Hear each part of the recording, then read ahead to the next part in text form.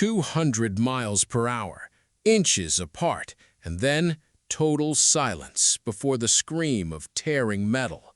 Talladega just reminded us why it is the most feared track on the planet. We just witnessed a 26-car pileup that didn't just wreck chassis, it wrecked the entire conversation around superspeedway racing. At the heart of the storm, Bubba Wallace, leading the field 1 second and the spark that lit the fuse the next. But was this a driver error, a bad push from Ross Chastain, or is NASCAR's current car package a ticking bomb? Today, we're going beyond the headlines to dissect the telemetry, the radio blow-ups, and the post-race fallout that Fox didn't want you to focus on. Before we dive into the wreckage, hit that subscribe button and join our community of 10,000 racing fans. We're chasing that milestone, and we want you with us for the ride. Let's get into it. To understand why things got so ugly, you have to look at the first 98 laps. NASCAR tweaked the stages to stop the fuel-saving game, and for a while, it worked. We saw a disciplined field. The Fords, led by Ryan Preece, were clinical. But Talladega has a way of tricking you. It builds a false sense of security. As Stage 2 kicked off, the atmosphere shifted. The points racing ended, and the trophy hunting began. The lanes tightened. Drivers stopped breathing. The air between the bumpers became a physical force. Everyone knew a wreck was coming. They just didn't know it would be this big. Let's look at the tape. Lap 115. Bubba Wallace in the number 23 is out front, controlling the narrative. Behind him, Ross Chastain in the number 1 is doing exactly what he's paid to do, pushing. But at Talladega, a push isn't just a push, it's a gamble. Chastain delivers a massive shove to the rear of the Toyota Camry. The car gets light, it gets squirrely. In a split second, Wallace is sideways. The field checks up, and the backstretch turns into a graveyard of $300,000 machines. 26 cars. Let that sink in. Half the field was wiped out in 5 seconds. Big names like Blaney, Logano, Byron, and Larson, all championship contenders, suddenly looking at tow trucks instead of the checkered flag. Now, the internet went into a tailspin. One side says Bubba blocked too late.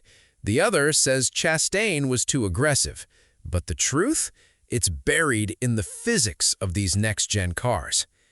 This is where it gets messy. Bubba's initial reaction on the team radio was clear. They wrecked us. It was raw, it was defensive. But by the time he got to the media center, the tone shifted. He talked about learning to be pushed better and took a slice of the blame pie. This PR-friendly version didn't sit well with the fans on X. They called it detached. They called it a cover-up. And speaking of cover-ups, let's talk about the broadcast. Fans were already fuming about the constant commercial breaks, but then the post-race interviews felt sanitized. There were reports of sarcastic exchanges between Wallace and the pit reporters that magically didn't make the social media highlights. When the fans feel like they aren't getting the whole story, the toxicity only grows. While fans are fighting in the comments, the drivers are worried about something deeper. Listen to Joey Logano. Listen to Blaney. They aren't pointing fingers at Bubba or Ross. They are pointing at the car. With round bumpers and high drag packages, these cars are unstable. Logano put it best. Do you want us to save fuel or crash? Pick one. That is a damning indictment of the current state of superspeedway racing. It's no longer about who's the best driver. It's about who survives the inevitable physics fail of a 40-car draft. So, was Bubba the villain? Or was he just the guy at the front when the math stopped adding up? Carson Hocevar walked away with his first career win in the end, a massive feel-good story. But the shadow of lap 115 hung over that trophy. We are seeing a shift in NASCAR where the big one isn't just an accident, it's a scheduled event. I want to hear from you. Was that wreck on Bubba? Was it on Chastain? Or is it time for NASCAR to redesign how these cars handle a push?